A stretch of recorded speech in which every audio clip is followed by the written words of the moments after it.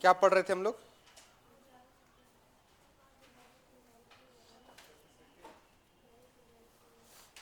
Capacity पढ़ रहे थे, कैपेसिटी लिंक पढ़ रहे थे। वह ठीक है। आइए 2 मिनट रिकैपिचुलेट कर लेते हैं। आपको बता रहे थे किसके बारे में? कैपेसिटी लिंक के बारे में, यानी कितना इंफॉर्मेशन जा सकता है एक लिंक के थ्रू, ये बताने का काम कौन करता है? Capacity link. कितने टाइप का होता है? 3 टाइप का। पहला कौन सा हो गया? जीरो। दूसरा क्या हो गया? अनबाउंडेड। और दूसरा क्या, तीसरा क्या हो गया? बाउंडेड। तो हम लोग इन तीनों के बारे में पढ़ चुके हैं, माफी चाहते हैं, जीरो के बारे में पढ़ चुके हैं खाली। अनबाउंडेड और बाउंडेड बाकी है, यही ना बाकी है? अरे यस नो बोलिए। लगता है आज सोमवार है फिर भी आप लोग थक गए हैं। थक गए हो? व्रत है किसी का?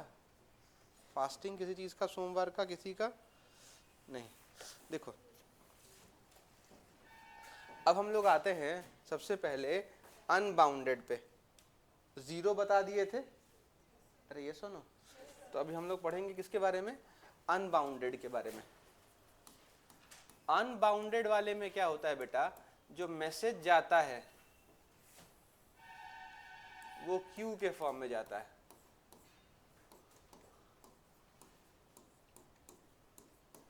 ठीक है, अनबाउंडेड वाले में जो मैसेज जाता है वो कौन से फॉर्म में जाता है? क्यू के फॉर्म में। क्यू का मतलब समझते हैं आप लोग ना? हाँ, इसका मतलब क्या होता है? हाँ, इसका मतलब क्या होगा कि पहला जाएगा, फिर कौन जाएगा? दूसरा जाएगा, फिर कौन जाएगा? तीसरा जाएगा, फिर चौथा जाएगा, पांचवा जाएगा, ऐसा चलता जाता है। अब यहाँ क्या होता है कि इसका जो लेंथ होता है, ये क्यू का जो लेंथ होता है ये डेफिनिट होता है। क्यू का जो लेंथ होता है वो क्या होता है? डेफिनिट होता है।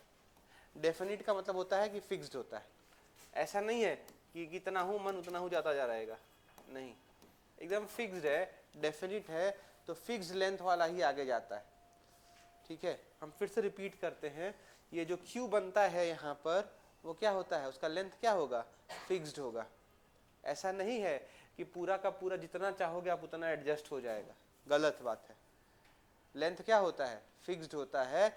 इसमें एक चीज होगा कि जब पहला वाला एग्जीक्यूट हो गया तो पीछे से जगह क्या होता जाएगा? खाली होता जाएगा। और जगह खाली होता जाएगा तो अगला वाला जो इंफॉर्मेशन है या मैसेज है वो उसमें चला आएगा। यहां पर एक कंडीशन बन जाता है क्योंकि क्यू है। यहां पर क्यू है, यहां पर क्या है? क्यू है। क्यू का मतलब क्या हो गया? एक जाएगा तो फिर कौन जाएगा? दूसरा, दूसरे के बाद कौन जाएगा? तीसरा, तीसरे के बाद चौथा।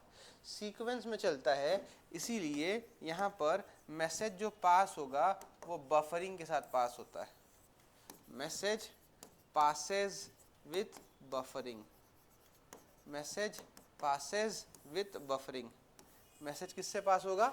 बफरिंग के साथ पास होगा। बफरिंग का मतलब क्या हो गया कि चलो पहला चला गया, उसके लिए क्या करना पड़ेगा? दूसरे को रुकना पड़ेगा। दूसरा चला जाएगा तो फिर कौन जाएगा? तीसरा, नहीं तो तीसरे को क्या करना पड़ेगा? रुकना पड़ेगा। चौथा चला जाएगा, फिर कौन जाएगा? पांचवा। वो चलता जाता है। क्लियर है? समझ पा रहे हैं? तो इसको लिखना पड़ेगा, तो हेडिंग डालिए बाउंडेड। माफी चाहते, देखो हम उल्टा बता दिए तुम लोग को। ये कहानी जो है ना, ये बाउंडेड कैपेसिटी की है। ये कहानी जो आपको हम बताएं वो किसकी है? Bounded capacity. यानी इसका लिंक क्या होता है? डेफिनिट होता है। क्यू क्या होता है? डेफिनिट होता है। तो ये बाउंडेड कैपेसिटी था, उसके बारे में बता दिए। लिखो ऊपर हेडिंग डालो bounded capacity. Bounded capacity, the length is limited. The length is limited.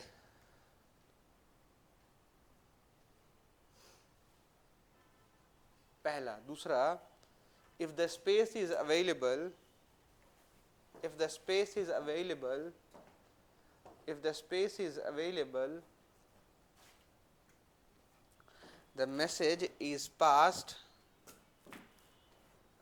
the message is passed, otherwise it is fixed, otherwise it is fixed, otherwise it is fixed, otherwise it is fixed, लिख लिए, otherwise it is fixed. Next लिखेंगे message passes with buffering, message passes with buffering.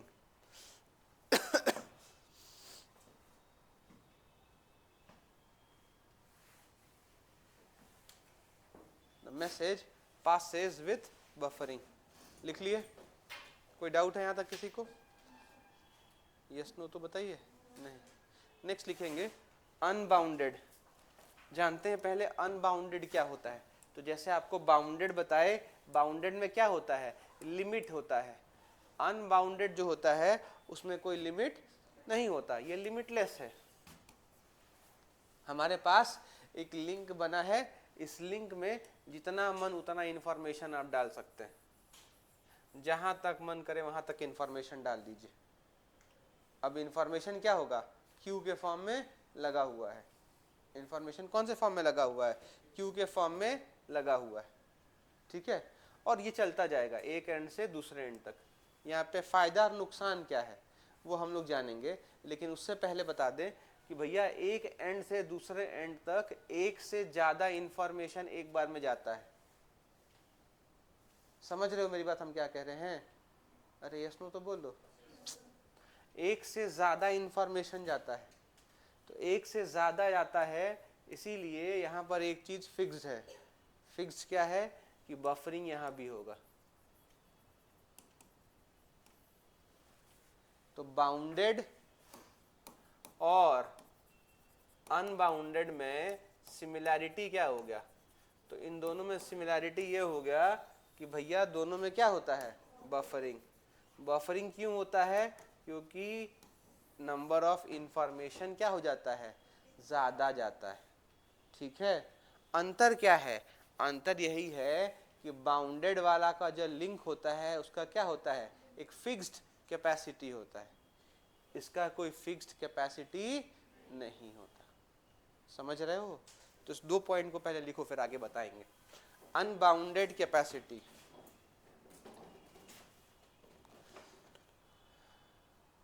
ठीक है. इसमें लिखोगे the length of the channel या the length is infinite. The length is infinite. The length is infinite.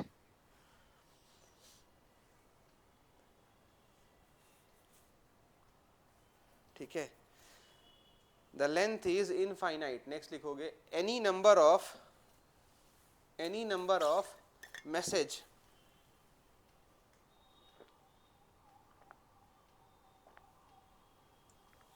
any number of message can be stored.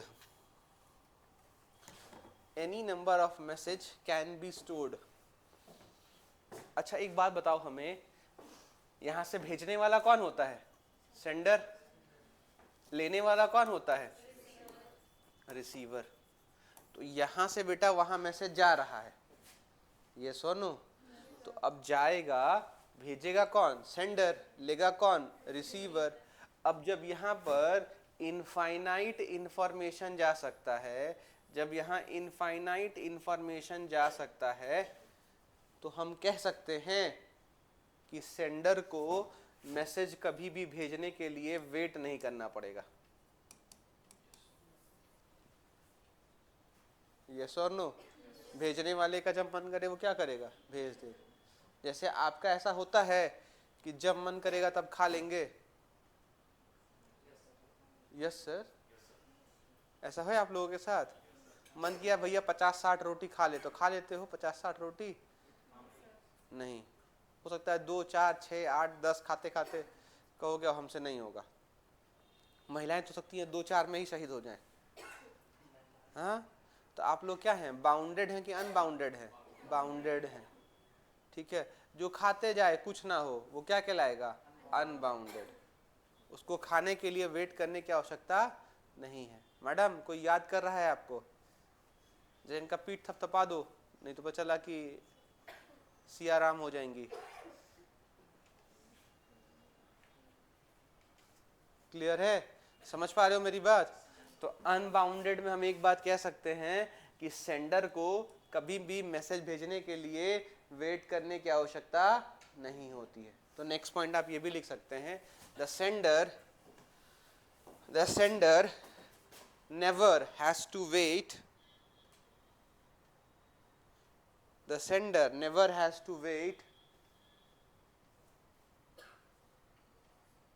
और next point और last पर लिखोगे message passing with buffering.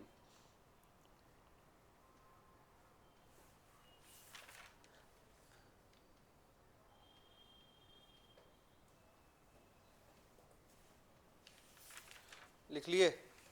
अरे ये सोनू बताओ। अब देखो एक चीज और समझना, जब मैसेज की बात आई तो मैंने आपसे क्या कहा कि सेंडर को वेट करने की आवश्यकता नहीं है। किस चीज के लिए वेट करने की आवश्यकता नहीं है? मैसेज भेजने के लिए।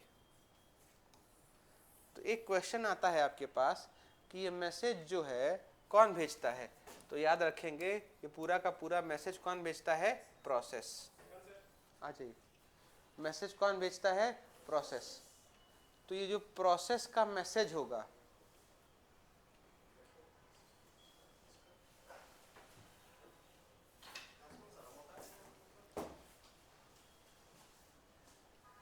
हाँ देखिए फिर से समझाते हैं। अभी आपको क्या बताए? बाउंडेड, और दूसरा क्या बताए? अनबाउंडेड। तो बाउंडेड में क्या था? कैपेसिटी फिक्स था। यहां पर क्या था? इनफाइनाइट। दोनों में कॉमन क्या था? बफरिंग। यहां भी क्या था? बफरिंग। क्लियर है? आपको क्या बताए? अनबाउंडेड वाले में यहां पर इनफाइनाइट है, इसीलिए मैसेज भेजने वाले को यानी सेंडर को मैसेज करने के लिए वेट नहीं करना होता। तो ये सारा काम कौन कर रहा था? प्रोसेस। सारा काम कौन करता है? प्रोसेस। यानी मैसेज जो भेजता है वो भी कौन भेजता है? प्रोसेस। तो एक क्वेश्चन हमारे मन में आ सकता है या आता है कि सर ये मैसेज जो होगा वो कितने तरीके का हो सकता है? तो इसी दोनों को समझेंगे ना तो समझ में आ सकता है कि मैसेज जो होता है, पहला जो होगा मैसेज वो फिक्स्ड साइज का होगा। पहला कौन सा साइज का होगा? फिक्स्ड साइज का होगा। दूसरा क्या होता है? मतलब वेरिएबल। वेरिएबल का मतलब क्या होगा? बदलता रहेगा, कभी बढ़ जाएगा कभी घट जाएगा। डिपेंड किस पे करता है? तो डिपेंड करता है भेजने वाले पे, सेंडर पे। तीसरा क्या होता है? तो तीसरा जो मैसेज होता है उसको हम लोग बोलते हैं टाइप्ड मैसेज। उसको हम लोग क्या बोलते हैं? Typed message. ये टाइप्ड मैसेज कैसा होता है? तो आप याद करेंगे, आपको पिछले क्लासेस में हम आपको एक कॉन्सेप्ट बताए थे, और वो कॉन्सेप्ट था मेल बॉक्स का। पढ़े थे मेल बॉक्स? अरे मेल बॉक्स बताए तो थे पिछले वीडियोस में जी, कि क्या होता है मेल बॉक्स में? या तो ऑपरेटिंग सिस्टम बनाता है या तो कौन बताता है? प्रोसेस बनाता है। तो वही तीसरा कंडीशन जो है टाइप्ड मैसेज का, वो टाइप्ड मैसेज का कंडीशन किसको जनरेट करता है? मेल बॉक्स को। तो ये हम लोग पढ़ चुके हैं। जो पहले पढ़े थे मेल बॉक्स, और थोड़ी देर पहले पढ़े लिंक या कैपेसिटी, उन्हीं दोनों को अगर मिला दिया जाए तो एक प्रोसेस का जो मैसेज होगा वो कितने तरीके का हो सकता है? 3। पहला क्या हो गया? फिक्स्ड, दूसरा क्या हो गया? वेरिएबल, और तीसरा क्या हो गया? Typed message. आपसे पूछेंगे कि टाइप्ड मैसेज कौन सा होता है? तो जब दो मैसेज आपस में कम्युनिकेट, माफ़ी चाहते हैं, जब दो प्रोसेस आपस में कम्युनिकेट करता है, किसका इस्तेमाल करके? मेल बॉक्स का इस्तेमाल करके, तो उसको हम लोग क्या बोलते हैं? Typed message. मेल बॉक्स कौन बना सकता है? तो ऑपरेटिंग सिस्टम या प्रोसेस। ऑपरेटिंग सिस्टम बनाएगा तो हमेशा वो मेल बॉक्स जिंदा रहेगा, और अगर प्रोसेस बनाता है तो प्रोसेस के मरने के बाद मेल बॉक्स भी क्या हो जाता है? मर जाता है। तो हमारे लिए बेहतर कौन सा है? ऑपरेटिंग सिस्टम वाला। हो सकता है कि वो स्पेस खाए लेकिन वो स्पेस नहीं खाता। क्यों? क्योंकि प्रोसेस हमेशा क्या होता है, मरता है, टर्मिनेट होता है। तो प्रोसेस मर गया तो मेल बॉक्स क्या हो जाएगा, खाली। याद है कि भूल गए ये वाली कहानी? याद है। तो चलो इन तीनों के बारे में लिख लेते हैं। एक नेक्स्ट हेडिंग डालोगे आप, the message sent by a process, the message sent by a process can be of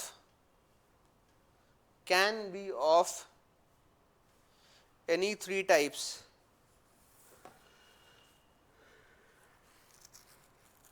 Can be of any three types. पहला फिक्स्ड साइज,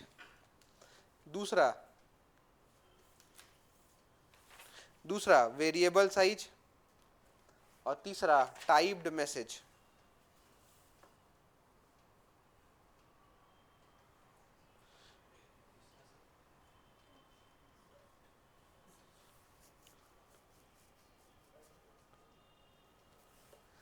लिख लिए? टाइप्ड मैसेज लिख लिए यहां तक? यस नो कुछ तो बोलो। ठीक है, अब देखो 2 मिनट वापस चलते हैं, पुराने वाले कॉन्सेप्ट से बात करते हैं। अभी आपको जब हम ये बताए थे कि एक प्रोसेस जो होता है वो दूसरे प्रोसेस से कम्युनिकेट करता है तो कम्युनिकेट करने के लिए किसका इस्तेमाल करता है, मेल बॉक्स। अब यहाँ पे मान लीजिए पहला प्रोसेस, दूसरा, तीसरा, चौथा, पांचवा, छठा, सातवां, ये 7 प्रोसेस है। ठीक है, इंटर कम्युनिकेशन करना होगा तो वो कहां पर आ जाएंगे, मेल बॉक्स से हो जाएंगे। क्लियर है? अब भैया ये इंटर कम्युनिकेट क्यों करते हैं, ये आपस में बात क्यों करते हैं? ये आपस में बात तभी करते हैं जब इनको किसी बड़े प्रॉब्लम का सलूशन निकालना होता है। यस और नो? समझ रहे हो या नहीं? नहीं समझ रहे हो? देखो, अगर नहीं समझ रहे हो तो मेरी बात समझो। 2-3 दिन पहले वाले क्लास में वापस चलते हैं। वहां आपको बताए थे कि मान लो एक मैथमेटिकल फॉर्मूला है, x² + 2x + 1 = 0। यहां से x हटा देते हैं। ठीक है, दूसरा क्वेश्चन है y² + 7x + 9 = 0 और z² + 7x + 1 = 0। ये तीनों मिलकर एक क्वेश्चन बनाता है और इस क्वेश्चन का यही एक सोल्यूशन है, या इस क्वेश्चन का यही एक आउटपुट आ सकता है। वो ये है कि आपको x, y, z की वैल्यू निकालनी है। ठीक है, तो आप क्या करेंगे, यहां पर x को इंडिविजुअली सॉल्व कर लोगे, यहां पर y को इंडिविजुअली सॉल्व कर लोगे, यहां पर z को क्या करोगे, इंडिविजुअली सॉल्व कर लोगे। यही ना करोगे? तो क्या ये तीनों आपस में आधारित है? नहीं। कहीं से डिपेंडेंट है? नहीं, क्योंकि ये अकेले x का वैल्यू देगा, ये अकेले क्या देगा, y का वैल्यू देगा, और ये अकेले किसका वैल्यू देगा, z का। गलत क्वेश्चन लिख दिए थे।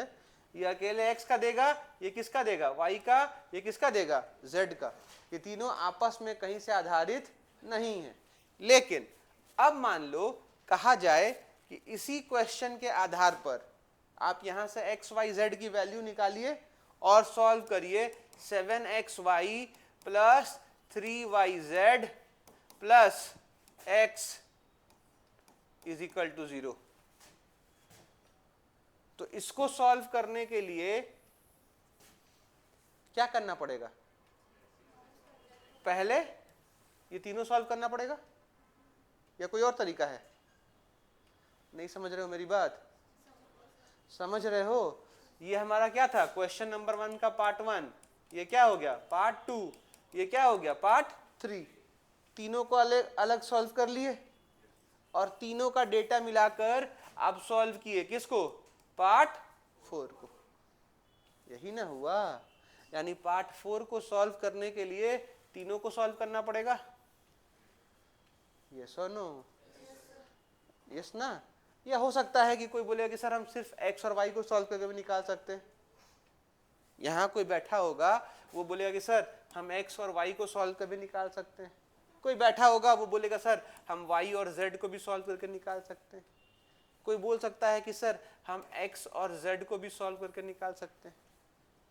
यही तरीका हो सकता है। तो अगर देखोगे तो इस क्वेश्चन को सॉल्व करने का एक तरीका सिंपल सा है कि दो प्रोसेसों को सॉल्व करना ही पड़ेगा। किसी भी दो प्रोसेस को क्या करना पड़ेगा, सॉल्व करना पड़ेगा। नहीं तो तीसरा तरीका यह है कि क्या करो, तीनों को सॉल्व करो। मेरे कहने का मतलब यह है कि ये तीनों आपस में क्या है, डिपेंडेंट हैं। अरे यस और नो, ये तीनों आपस में क्या है, डिपेंडेंट है। और इसको सॉल्व करने के लिए डिपेंडेंसी सॉल्व करना पड़ेगा। ठीक उसी तरीके से कंप्यूटर में भी ऐसा होता है। कंप्यूटर में भी ऐसा होता है कि जब एक बड़े प्रोग्राम को हम छोटे टुकड़ों में तोड़ देते हैं, जब एक बड़े प्रोग्राम को छोटे टुकड़ों में हम जोड़ देते हैं या तोड़ देते हैं, तो सारे टुकड़े को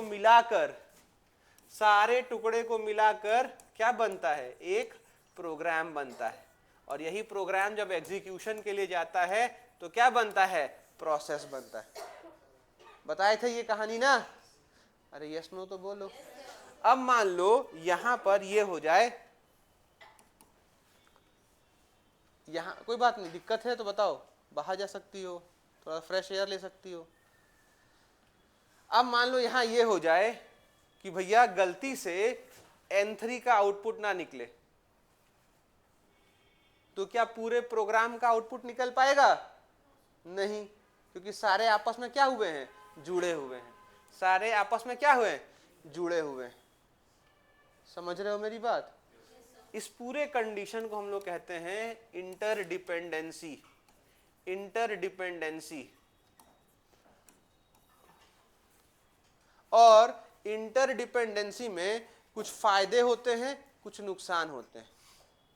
क्या फायदा हो सकता है, क्या नुकसान हो सकता है, वो हम समझने की कोशिश करते हैं। पहली बात, चलो ठीक है, आपस में बात कर रहा है तो क्या करेगा, सहमति के साथ एक प्रॉब्लम को सॉल्व करेगा। पहला कंडीशन ये बन सकता है। दूसरा कंडीशन ये बन सकता है कि ये लोग दौड़ जाएगा कि नहीं पहले मेरा काम करो ये वाला हिस्सा दौड़ के आ जाएगा, नहीं पहले मेरा प्रोसेस होगा। ई दौड़ के आ जाएगा, नहीं पहले मेरा प्रोसेस होगा। हो सकता है लास्ट वाला दौड़ के आ जाए, नहीं नहीं पहले हम अपना कर लेंगे। ऐसे काम चलेगा? कोई तो सीक्वेंस होना चाहिए। ये जो एक कंडीशन है जो बन रहा है कि दौड़कर कोई भी आगे आ जाए, इसी कंडीशन को हम लोग कंप्यूटर में बोलते हैं रेस कंडीशन। क्या बोलते हैं, रेस कंडीशन। और रेस कंडीशन से बचने का सबसे आसान तरीका है, वो कहलाता है सीरियलाइजेशन। क्या बोलते हैं उसको, सीरियलाइजेशन। सीरियलाइजेशन का मतलब क्या होता है कि सारा का सारा काम कैसे होना चाहिए, सीक्वेंस में होना चाहिए। सारा का सारा काम किस में होना चाहिए, सीक्वेंस में होना चाहिए। और अगर सीक्वेंस में नहीं हो रहा है तो उसको सीक्वेंस में करना पड़ेगा। तो सीक्वेंस में करने के लिए कौन कौन कर सकता है, तो दो तरीका होता है। पहला तरीका ये होता है कि सीरियलाइजेशन को अगर आप इंप्लीमेंट करना चाहते हैं तो पहला तरीका वो ये है कि आप शेड्यूलर्स को डिसेबल कर दीजिए। शेड्यूलर्स को डिसेबल कर दीजिए, डिसेबल द शेड्यूलर्स। अब शेड्यूलर क्या होता है, तो याद करिए, आपको पढ़ाए थे प्रीएम्प्टिव और नॉन प्रीएम्प्टिव, पढ़ाए थे। उसमें बताए थे कि फर्स्ट कम फर्स्ट हो सकता है, राउंड रॉबिन हो सकता है। तो अगर आप चाहते हैं कि पूरा का पूरा प्रोग्राम एक सीरियल में खत्म हो, तो आपको अपना जो शेड्यूलिंग एल्गोरिदम्स है उसको क्या करना पड़ेगा, बंद करना पड़ेगा। बंद करने से क्या फायदा होगा कि मान लो भैया वो चेक नहीं करेगा कि कौन से काम को पहले करना है, कौन से काम को क्या करना है लास्ट में। तो वो कैसे काम करते रहेगा सीक्वेंस में, पहले N1 सॉल्व होगा, फिर कौन सॉल्व होगा, N2, फिर N3, N4, N5, ऐसे चलता जाएगा। समझ रहे हो मेरी बात? अच्छा, तो पहला तरीका ये है कि हम लोग क्या डिसेबल कर देंगे, शेड्यूलर। दूसरा तरीका क्या हो सकता है, एक ये हो सकता है कि हम लोग कुछ प्रोटोकॉल्स का यूज करें। प्रोटोकॉल्स का मतलब क्या होता है, रूल्स। किसका इस्तेमाल करें, कुछ रूल्स का इस्तेमाल करें। और ये रूल्स जो होंगे हमें हेल्प करेंगे, किसके लिए, तो भैया सारा का सारा काम कैसे खत्म हो, सीरियल वाइज खत्म हो। सारा का सारा काम कैसे खत्म हो, सीरियल वाइज खत्म हो। तो वो कौन कौन से रूल हो सकते हैं, हम लोग उनके बारे में जानेंगे। लेकिन यहां तक बताइए, आपको समझ में आया? यस नो बोलो। तो अब एक बात एक आपसे पूछेंगे कि अगर हम सीरियलाइजेशन इंप्लीमेंट नहीं करते तो हमारे पास कौन सा कंडीशन पैदा हो सकता है, रेस कंडीशन। रेस कंडीशन में क्या होता है, all the processes run to the processor at a same time to be executed. सारे प्रोसेसेस क्या होते हैं, एक ही बार दौड़ जाते हैं, किसके पास, प्रोसेसर के पास। किस लिए, एग्जीक्यूशन के लिए। समझ रहे हो? यस नो बताओ। आगे लिखो, लिखोगे एक point, serialisation. Serialisation, serialization, serialization, it is a multitasking system, it is a multitasking system which helps us to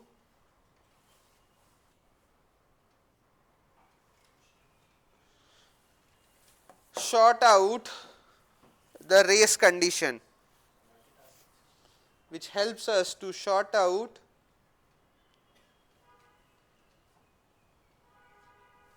the race condition. Next लिखोगे, what are the strategies, next question, what are the strategies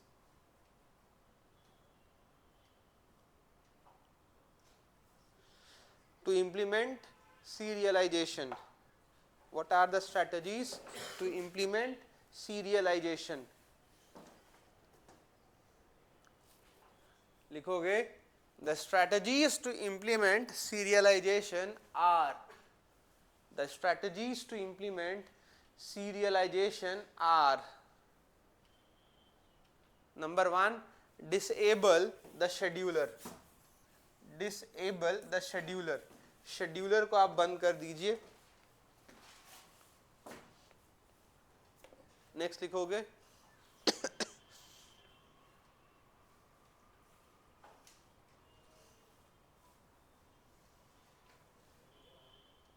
next लिखोगे, a protocol to be introduced,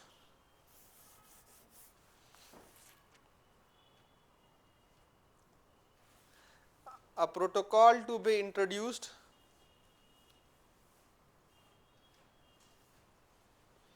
where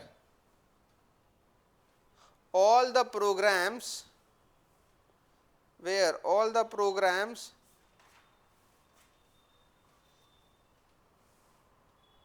where all the programs should obey the sharing data,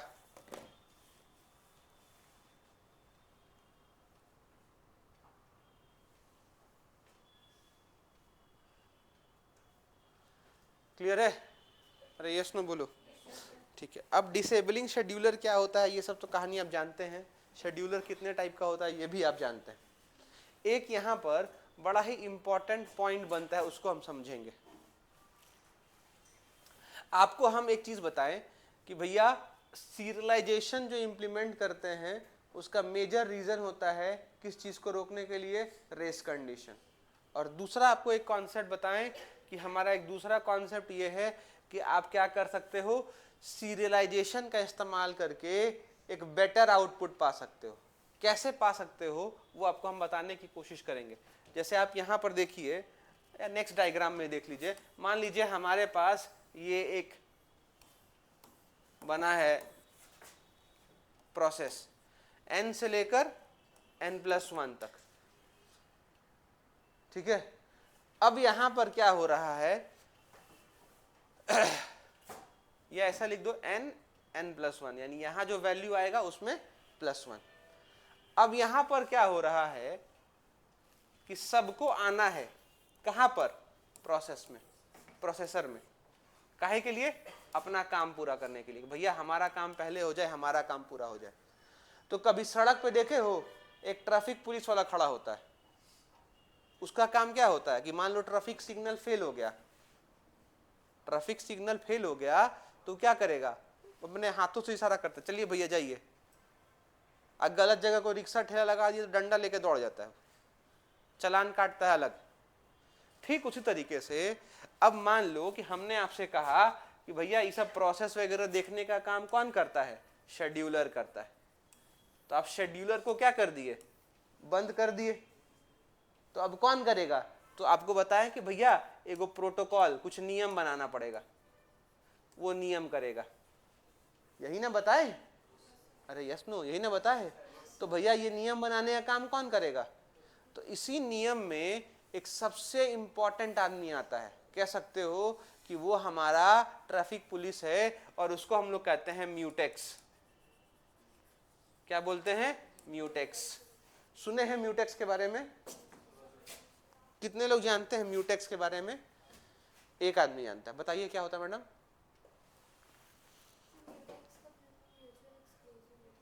mutual exclusion होता है, बिल्कुल सही है।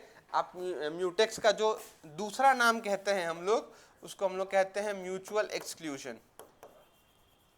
और बताइए इसके बारे में आप क्या जानते हैं, और कोई जानता हो?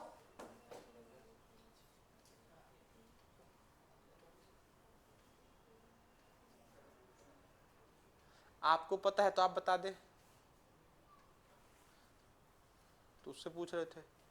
और किसी को आइडिया है म्यूटेक्स के बारे में, पढ़े होंगे, लास्ट सेमेस्टर वाले जानते होंगे इसके बारे में? नहीं। देखो होता क्या है, आप मेरी बात समझो। अब मैंने आपसे क्या कहा कि भैया सारे प्रोसेस क्या हो गए, इकट्ठे आ गए, कहां पर, प्रोसेसर में। इन सबको सही रास्ता दिखाने का काम कौन करता है, म्यूटेक्स, जिसको हम लोग बोलते हैं दूसरी भाषा में क्या, म्यूचुअल एक्सक्लूजन। ये क्या करता है, इसके अंदर दो एल्गोरिदम है, इनके अंदर दो एल्गोरिदम है, ठीक है, जानेंगे वो क्या है, इसका मेन काम क्या होता है। तो इसका बेटा मेन काम यही होता है, वो यही देखता है कि भैया एक प्रोसेस को हम भेज दिए, वो वहां काम कर रहा है कि नहीं। वो काम अगर कर लिया, निकल गया, तो हम किसको भेजेंगे, दूसरा प्रोसेस को, फिर किसको भेजेंगे, तीसरा प्रोसेस को, फिर किसको भेजेंगे, चौथा प्रोसेस को। लेकिन कभी कभी ये भी गड़बड़ा जाता है, सारे प्रोसेसेस को इकट्ठा भेज देता है। तो जब ये सबको इकट्ठा भेज देगा तो वहां पर एक कंडीशन आ जाता है जिसको हम लोग बोलते हैं लॉक, जिसको हम लोग क्या बोलते हैं, लॉक। लॉक सुने हैं कंप्यूटर की भाषा में? डेडलॉक सुने हैं? डेडलॉक सुने होंगे ना। तो ये डेडलॉक तक पहुंचने के लिए पहले हम लोग को लॉक समझना होगा, पहले लॉक समझना होगा, तब डेडलॉक तक पहुंचेंगे। यहां तक समझ गए? अरे यस नो तो बताइए। तो म्यूटेक्स का दूसरा नाम क्या हो गया, म्यूचुअल एक्सक्लूजन। ये क्या करता है, आर्बिट्रेशन करता है, समझाता है, किसको, प्रोसेसेस को, कि भैया कैसे चलना है, आराम से चलना है, ठीक है। एक बार में कितने लोग जा सकते हैं, एक लोग जा सकते हैं।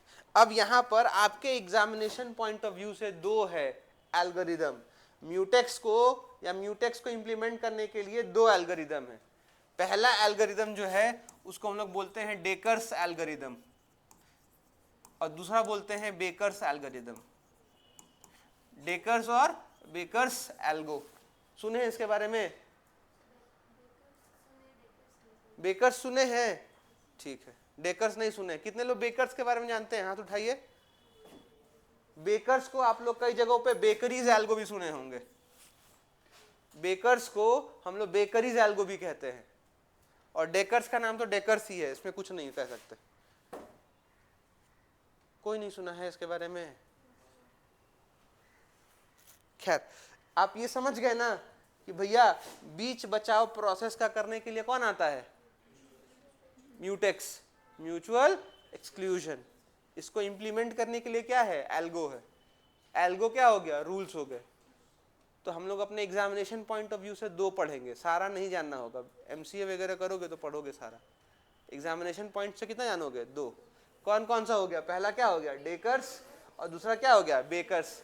बेकर्स को ही हम लोग दूसरी भाषा में कौन सा एल्गो कहते हैं? बेकरीज एल्गो कहते हैं। समझ रहे हो? तो इसका पॉइंट बनाओ, हेडिंग डालो म्यूटेक्स, लिखोगे mutex.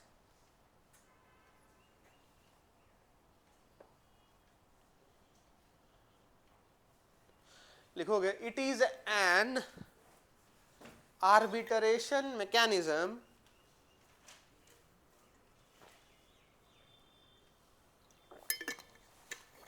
It is an arbitration. Arbitration का स्पेलिंग देखिए, नहीं आता तो it is an arbitration mechanism, it is an arbitration mechanism, it is an arbitration mechanism that helps us to solve or determine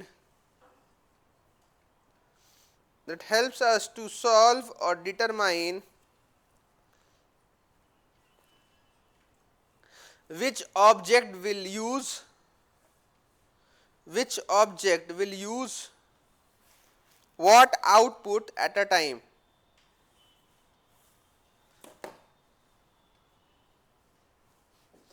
Which object will use what output at a time. Clear है? अब समझो, यहां तक आपको बता दिए। अब एक चीज यहां पे समझना है आपको, मैंने क्या कहा? एक बार में सारे प्रोसेस निकल जाएंगे तो क्या लग जाएगा? Traffic jam. तो ट्रैफिक जैम को रोकना पड़ेगा ना।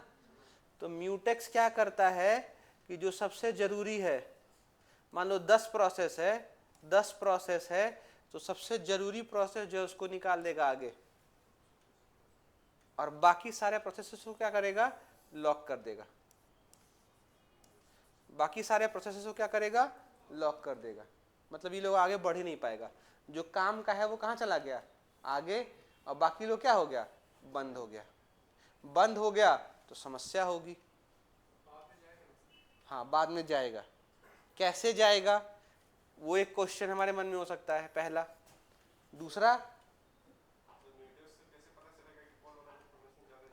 हाँ, ये भी बहुत जरूरी बात है कि म्यूटेक्स को पता कैसे चलेगा कौन सा इंफॉर्मेशन ज्यादा जरूरी है। तो थोड़ा सा अगर बैकग्राउंड में चलोगे तो बेटा यहाँ बताएं कि एक प्रोसेस कितने टुकड़ों में टूट सकता है? अनलिमिटेड टुकड़ों में। अब इसमें से एक कौन होगा? पेरेंट पार्ट होगा। तो सबसे इंपॉर्टेंट हमारे लिए कौन सा पार्ट होता है? पेरेंट पार्ट होता है। तो सबसे आगे कौन सॉल्व होगा? पेरेंट। अब आपके मन में ये चल रहा होगा कि सर पेरेंट पार्ट कहाँ लगता है? तो क्यू में सबसे पहले क्या लगा होता है? पेरेंट पार्ट ही लगा होता है। नहीं समझ में आया? ये हम लोग पढ़े हैं पुराने वीडियोस में, आप देखेंगे तो आपको याद आएगा। ठीक है, तो खैर हम आपसे क्या बता रहे थे कि एक प्रोसेस जो होगा वो क्या निकल जाएगा? आगे निकल जाएगा, और बाकी के प्रोसेसेस क्या हो जाएंगे? लॉक हो जाएंगे। अब यहाँ लॉक होगा तो एक सही बच्चे के मन में सवाल आया कि सर वो फिर कैसे अनलॉक होगा, यानी आगे कैसे बढ़ेगा? हम लोग जानेंगे उसके बारे में भी। दूसरा, ये भी हो सकता है कि ये लॉक कभी खुले ही नहीं, कभी नहीं खुला, तो उससे कंप्यूटर पे क्या प्रभाव होगा? और क्या अगर लॉक नहीं खुला तो वो प्रोसेस कभी मरेगा, यानी कभी प्रोसेस टर्मिनेट हो पाएगा? यानी प्रोसेस का जो वो 5 फेज होता है, 5वें फेज तक क्या वो प्रोसेस पहुंच पाएगा? तो ये भी एक क्वेश्चन बन सकता है। तो इन सारे क्वेश्चंस का जवाब देंगे। हाँ, तो जानेंगे। अगर स्टारवेशन से भी अगर डेथ हुआ, यानी मतलब मैडम का कहने का मतलब है कि बाहर निकल ही नहीं पाया, घुटन से मर गया, तो क्या इससे भी कोई समस्या आ सकती है? हाँ, तो यही सारी समस्याएं आएंगी, और यहीं से हमें एक कंडीशन पढ़ना पड़ेगा। वो कंडीशन क्या होगा हमारे पास? डेडलॉक। तो ये डेडलॉक एक आगे टॉपिक है। तो यहाँ तक पहुँचने के लिए फिलहाल हम लोग अभी यहीं पर हैं। तो आज तो नहीं पहुँच पाएंगे, अगली क्लास तक हम लोग यहाँ पहुँच जाएंगे। समझ रहे हैं मेरी बात? हम लोग जोड़ते हुए चलेंगे सारी कड़ियों को, जिससे कि क्या होगा, चीजें हमें याद रहेंगी। समझ पा रहे हो कि खाली हम बोलते जा रहे हैं? क्लियर है? अगर आप रेगुलर आएंगे तो समझ में आएगा, अगर ऐसा है कि छोड़ दे रहे हैं तो समस्याएं आ सकती हैं। बहुत सारे भैया लोग भी हैं जो आते हैं 2 दिन फिर नहीं आते हैं। तो ऐसा नहीं करना है, रेगुलर आना है। हमने पहली क्लास में भी कहा था कि ऑनलाइन से ज़्यादा ज़रूरी क्या होता है, ऑफलाइन, जहाँ हम दोनों आपस में कॉन्वर्सेशन कर सकते हैं। और कंजर्व करने के लिए, बचाने के लिए हमारे पास क्या है, ऑनलाइन। जैसे मान लीजिए कि हम पढ़ ही नहीं पा रहे हैं या हमें रिवीजन करना है, तो उसके लिए वो क्या बचा है, ऑनलाइन। तो ईश्वर का दिया आपके पास सब कुछ है, तो आप ऑनलाइन के बजाय ऑफलाइन में आइए, बैठिए, पढ़िए, बहुत आवश्यक है। और नहीं तो बहुत मुश्किल है। एक बात हमेशा हम बच्चों से कहते हैं, कोई भी एग्जाम हो उसमें हार्डली 25% लोग होते हैं जो एक्चुअल तैयारी करते हैं, हार्डली 25% लोग होते हैं। उसी 25% लोगों से आपको लड़ना है। और हमेशा ध्यान रखना, आपको अगर ये लगता है कि सर हम इंग्लिश मैथ से सॉल्व कर लेंगे CUET, तो बहुत मुश्किल है। आपको कंप्यूटर को ये बराबर वेटेज देना पड़ेगा, नहीं तो फिर दिक्कत यही होती है कि सिलेक्शन के बाद भी हम लोग नहीं पढ़ पाते, क्योंकि हमारा बेसिक्स क्या होता है, कमज़ोर होता है। तो थोड़ा सा स्ट्रगल अभी कर लेना बेहतर है, साल 6 महीने। नहीं तो बात मानिए, बहुत बड़ी बात नहीं है MCA करना, बहुत बड़ी बात नहीं है BCA करना, वो डिग्री आज आराम से मिल जाता है कहीं ना कहीं। लेकिन जब आप उसको मार्केट में लेकर निकलेंगे तो ये डिपेंड करता है कि हमको सब्जेक्ट का ज्ञान है कि नहीं।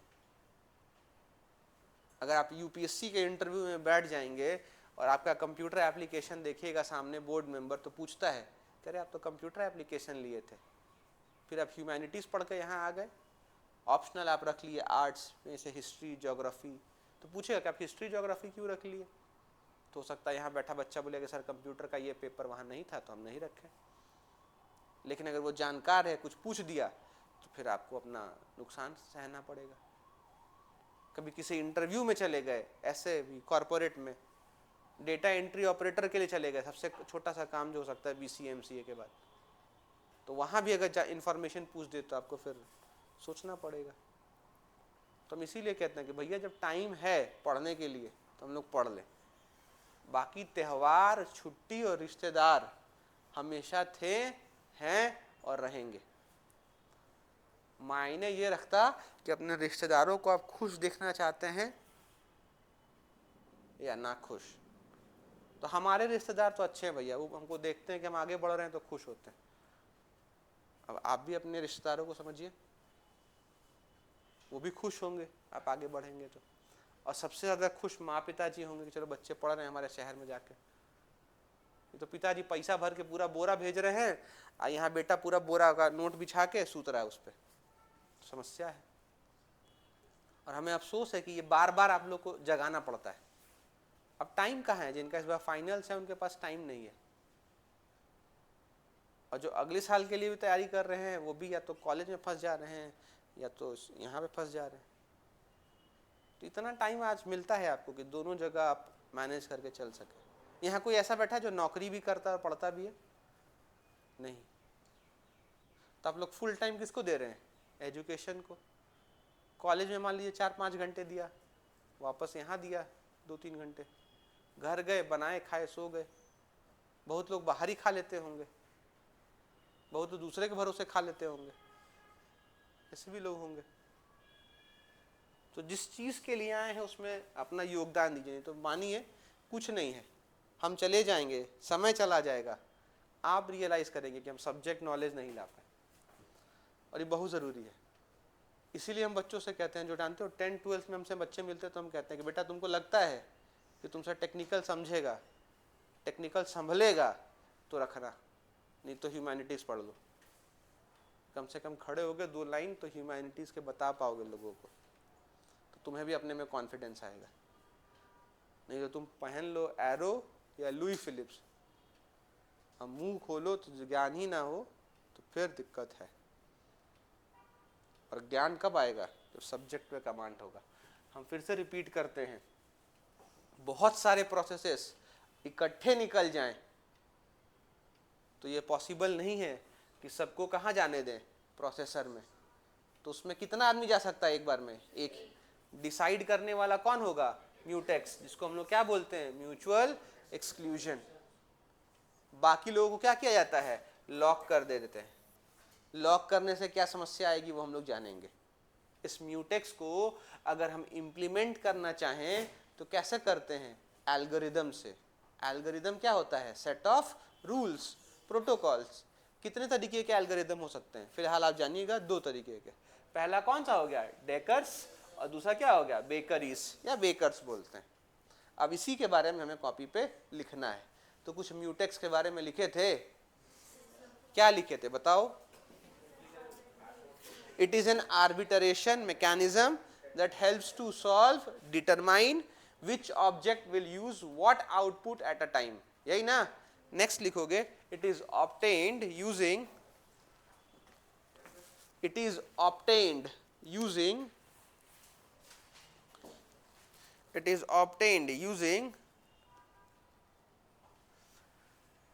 the concept of lock. It is obtained using the concept of lock. The lock is also known as mutex. The lock is also known as mutex.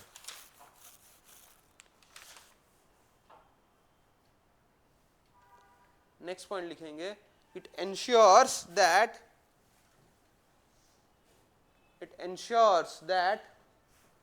one process at a time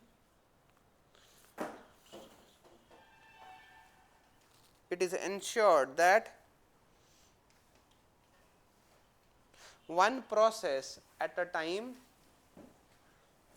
is allowed to pass, is allowed to pass, is allowed to pass, is allowed to pass, full stop. आगे लिखेंगे to implement this we use Dekker's algorithm,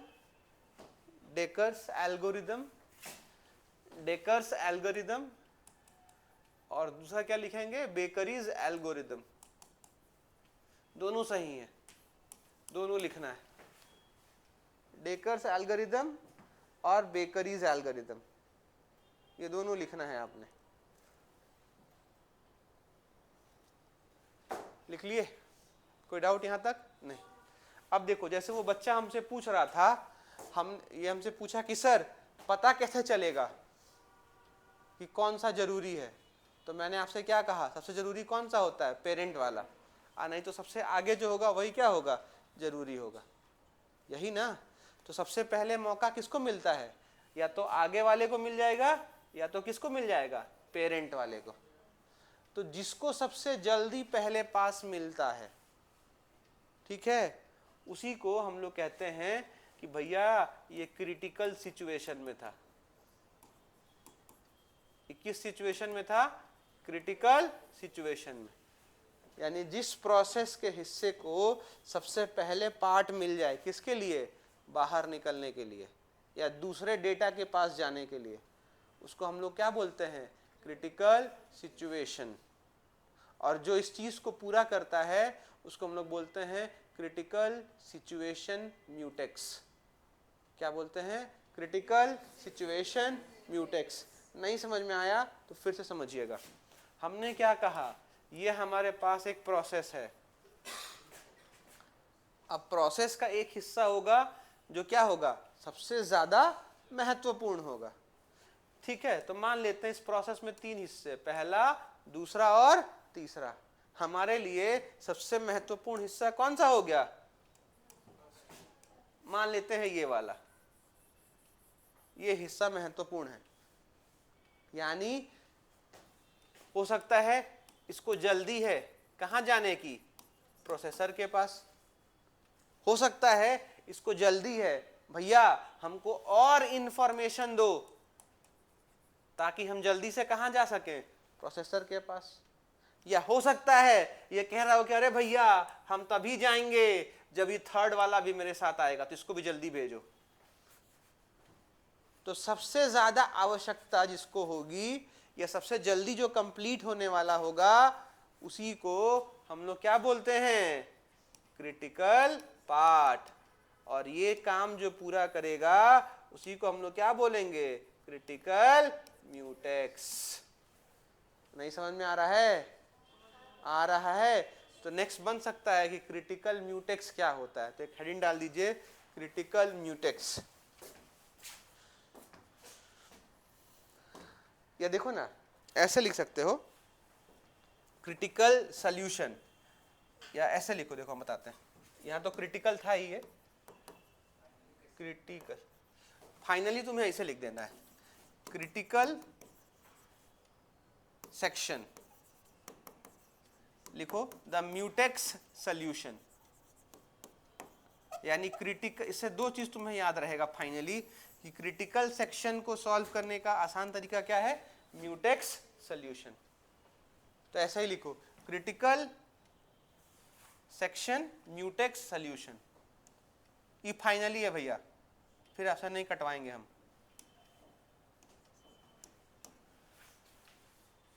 ठीक है, ऐसा याद रखेंगे। Critical section का क्या answer होगा, म्यूटेक्स। उसका सॉल्यूशन क्या है, म्यूटेक्स है। याद रहेगा। अब क्रिटिकल सेक्शन क्या होता है, तो एक नेक्स्ट हेडिंग डाल लो, क्रिटिकल सेक्शन। इससे क्रिटिकल सेक्शन याद रखना। क्रिटिकल सेक्शन में लिखेंगे, it is a part of the program, it is a part of a programme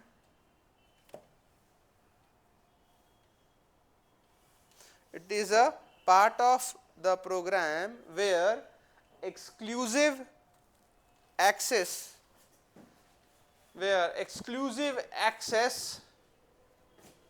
to the shared data, exclusive access to the shared data is required,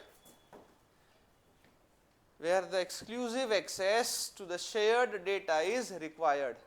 अच्छा, ये हो सकता है कि एक से अधिक प्रोसेस जो है वो क्रिटिकल सॉल्यूशन, एक से अधिक प्रोसेस जो है वो क्रिटिकल सेक्शन में जा सकता है? नहीं, कभी नहीं हो सकता। इंपॉर्टेंट क्या होगा, पूरे प्रोग्राम में या पूरे के पूरे प्रोसेस में एक ही टुकड़ा होगा जो क्या होगा, इंपॉर्टेंट होगा। बाकी सब जो होंगे वो किस पे आधारित होंगे, इंपॉर्टेंट हिस्से पे। यानी एक ही क्या होगा, पेरेंट होगा, और बाकी सब क्या होंगे, चाइल्ड होंगे। ये बताए थे ना? अरे यस नो तो बताओ। तो वहीं से ये कॉन्सेप्ट ले आओ कि इंपॉर्टेंट कौन है, पेरेंट्स। अब बाकी चाइल्ड क्या है, फर्क नहीं पड़ता। पिताजी गुजर जाए तो समस्या है, बेटा गुजर जाए तो कोई दिक्कत नहीं, 10 दिन रोएंगे, 11 दिन फिर खड़े हो जाएंगे। पिता ही चला जाए तो घर कौन चलाएगा, बहुत मुश्किल है बेटा। फैक्ट बता रहे हैं।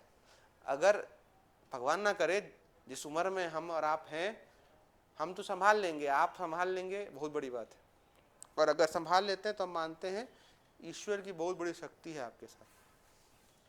तो खैर, पेरेंट जो होता है वो क्या होता है, important.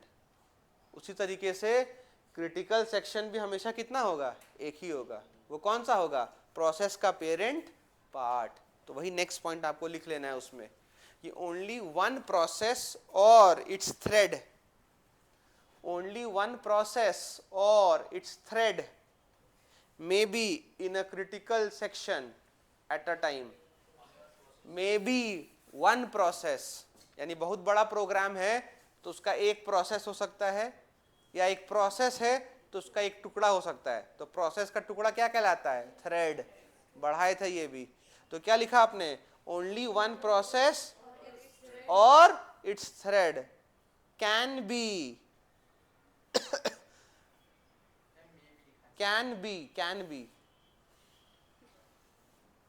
in a critical situation, can be in a critical situation at a time, can be in a critical situation at a time।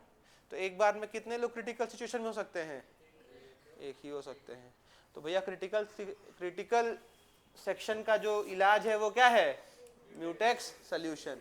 Mutex section में क्या होता है, या म्यूटेक्स सॉल्यूशन में बेसिकली क्या होता है, लॉक लगा देते हैं। क्या लगा देते हैं, लॉक्स। लगाने के लिए कौन सा एल्गोरिदम यूज करेंगे, बेकर्स और डेकर्स। बेकर्स को हम लोग क्या बोलते हैं, बेकरीज एल्गोरिदम। अब दोनों में अंतर क्या है ये भी जानना है, तो अगली क्लास में मिलेंगे तो पढ़ेंगे। कोई डाउट है यहाँ तक, ठीक, थैंक यू।